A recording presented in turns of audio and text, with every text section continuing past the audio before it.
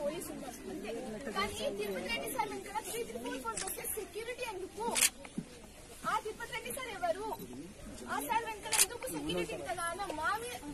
ఎంత కష్టపడుతున్నాం మాకు ఇన్ని రోజుల నుంచి ఎవ్వరు మాట్లాడతాను యాక్షన్ తీసుకొని సార్ మాట్లాడతాను అవ్వద్దు అని చెప్పండి. స్టూడెంట్ యాజ్ అ స్టూడెంట్ మాట్లాడుతుంటే ఏం చెప్తుంది సార్? పెయిడ్ బ్యాచ్ అంట సార్. మాకు పైసలు ఇస్తురా సార్ వాళ్ళు? మాకు తెలుసు ఇస్తురా. చిన్నప్పటి నుంచి మా పేరెంట్స్ ఎంత బాధ పెడుతున్నా మాకు తెలీదా? తెలుసు కదా సార్. అలా మాట్లాడితే పెయిడ్ బ్యాచ్ మేము తిరుపతి రెడ్డి సార్ అయితే యాక్షన్ తీసుకోండి సార్ మీరైతే. సరే అమ్మా నేను మాట్లాడతానే.